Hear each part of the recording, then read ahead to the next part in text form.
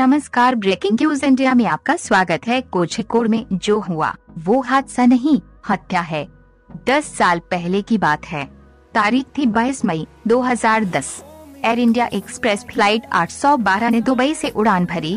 सुबह 6:05 पर कर्नाटक के मैंगलोर एयरपोर्ट पर लैंड करना था। फ्लाइट के कैप्टन और फर्स्ट ऑफिसर दोनों के लिए मैंगलोर एयरपोर्ट अनजाना नहीं था। कैप्टन ग्लूसिका यहाँ 17वीं बार लैंड कर रहे थे, तो फर्स्ट ऑफिसर रहलूवालिया को 66 बार मैंगलोर में लैंडिंग का अनुभव था। सब क्लियरेंस मिलने के बाद विमान रनवे पर उतरा, लेकिन रनवे खत्म होने के बाद भी विमान रुक नहीं पाया। विमान रनवे को पार कर गया। रनवे 2450 मीटर का था। प्लेन रनवे के शुरुआती छोर से 1600 मीटर बाद जमीन पर उतरा। अब रुकने के लिए सिर्फ 850 मीटर की दूरी थी। इतनी दूरी में प्लेन नहीं रुक पाया, ओवरशूट कर गया, मतलब रनवे के पार निकल गया। आगे एक खाई थी, उसी में गिर गया। गिरते ही प्लेन ने आग पकड़ ली। प्लेन में 6 क्रू और 160 यात्री सवार थे। इनमें से 158 की मौत हो गई। ये 21वीं सदी में भारत का सबसे बड़ा विमान हादसा था। जांच कमेटी की रिपोर्ट ने क्या कहा? जैसा कि अमूमन होता है, हादसे की जांच कमेटियां बनी, ये पता लगाने के लिए कि गलती पायलट की थी या फिर हादसे की वजह कुछ और थी। ऐसे हादसे दोबारा न हो, इसको लेकर भी नागरिक उड्डयन मंत्रालय ने civil aviation safety advisory council यानी कैसिक बनाई। इसमें एक्सपर्ट शामिल थे। इस कमेटी ने जब देश भर के एयरपोर्ट्स का दौरा किया और जांच पड़ताल की, तो ये सामने आया कि जैसे मैंगलोर में हादसा हुआ था, वैसा तो कई और जगह भी हो सकता है। हमेशा इसकी आशंका बनी रहती है। कमेटी ने कई एयरपोर्ट्स के रनवे खतरनाक बताए और सुधार की सिफारिशें की। कमेटी को रनवे इतने खतरनाक लगे कि जम्मू और पटना एयरपोर्ट पर बोइंग 737 और एयरबस A320 की आवाजाही तुरंत रोकने की सिफारिश की थी। राज्य सरकारों के राजनीतिक दबाव और नागरिक उड्डयन मंत्रालय की लापरवाही के चलते इन सिफारिशों पर ज्यादा अमल नहीं हुआ। 2012 में एक हादसा टला कमेटी की इसी लिस्ट में एक नाम कोझिकोड एयरपोर्ट का भी था, जहां बिल्कुल मैंगलोर एयरपोर्ट की तरह ही हादसा होने का डर था। सिफारिशों के बाद साल 2012 में कोझिकोड एयरपोर्ट पर एक विमान हादसे से बाल बचा, लेकिन हादसा नहीं हुआ तो सरकार गंभीरता से क्यों लेती? और फिर कैलेंडर में तारीख आती है 7 अगस्त 2020 की। केरल का वही कोझिकोड एयरपोर्ट, जहां 10 साल पहले से हादसे की आशंका जताई जा रही थी, वहां बिल्कुल मैंगलोर एयरपोर्ट वाले हादसे की तरह ही दुबई से एयर इंडिया एक्सप्रेस का विमान लैंड करने आता है। शाम 7:30 बजे का वक्त, अंधेरा हो गया था और तेज बारिश।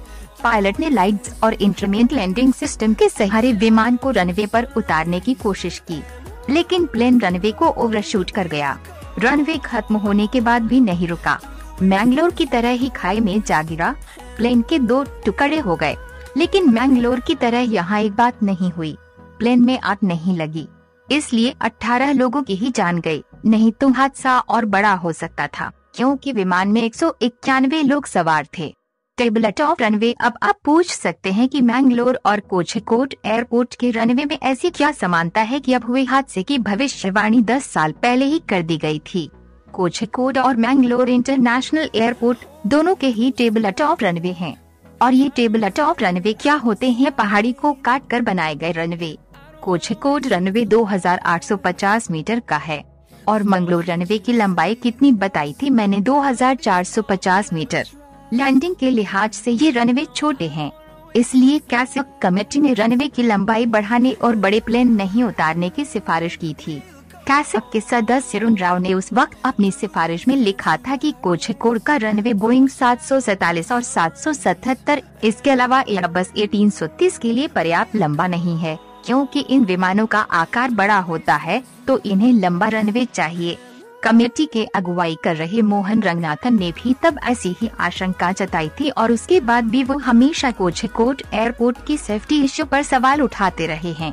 अब वो कह रहे हैं कि ये हादसा नहीं, मर्डर है। और ऐसा नहीं है कि कोझिकोड एयरपोर्ट को लेकर ये चिंताएं 2020 में नहीं जताई जा रही थी। एक निजी कंपनी के पायलट ने फेसबुक पर पोस्ट में कहा है कि उसने सिक्योरिटी कंसर्न एयरपोर्ट प्रशासन के साथ साझा की थी। एयरपोर्ट की रनवे गाइडेंस लाइटिंग सिस्टम बहुत खराब है। ब्रेकिंग कंडीशन भी नियमित रूप से मॉनिटर नहीं होती है। हालांकि ये पोस्ट बाद में डिलीट कर दी गई या फिर शायद करवा दी गई। हमारे यहाँ सरकारों की मुस्तैदी सिर्फ हादसा होने के बाद कमेटियाँ बनाने में दिखती है, फिर उन कमेटी की सिफारिशों की फाइलें कहीं खो जाती हैं। कोझिकोड और मैंगलोर के अलावा भी देश में कई टेबल टॉप एयरपोर्ट हैं। टेबल टॉप एयरपोर्ट पर रनवे छोटा होने के कारण गलती की कोई गुंजाइश नहीं होती। अगर रनवे के शुरुआती हिस्से में लैंडिंग नहीं करवाई तो रनवे ओवरशूट होने का खतरा होता है। इसके अलावा बड़े प्लेन लैंड कराना खतरनाक होता है, लेकिन बहुत ही खतरनाक चीजें सरकार के स्तर पर या नियम लागू करने वालों के स्तर पर नजरअंदाज कर दी जाती हैं।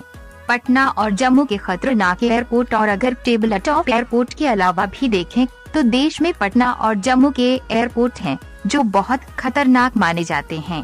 कैसक कमेटी ने पटना के लोकनायक जयप्रकाश नारायण एयरपोर्ट पर सबसे ज्यादा चिंताएं जताई थी। नवंबर 2010 में इंटरनेशनल सिविल एविएशन ऑर्गेनाइजेशन ने कहा था कि पटना एयरपोर्ट पर रनवे की लंबाई 1954 मीटर है जरूर, लेकिन काम में लेने लायक सिर्फ 1556 मीटर ही है, क्योंकि रनवे के छोर पर कई इमारतें और पेड़ हैं जिनके चलते प्लेन नीचे आ ही नहीं पाता, तो उसे हवाई अड्डे की हद में आने के बाद एकदम से नीचे आना होता है। एयरबस A320 से 200 को लैंड कराने के लिए कम से कम 2480 मीटर का रनवे चाहिए होता है, जो कि पटना में नहीं है।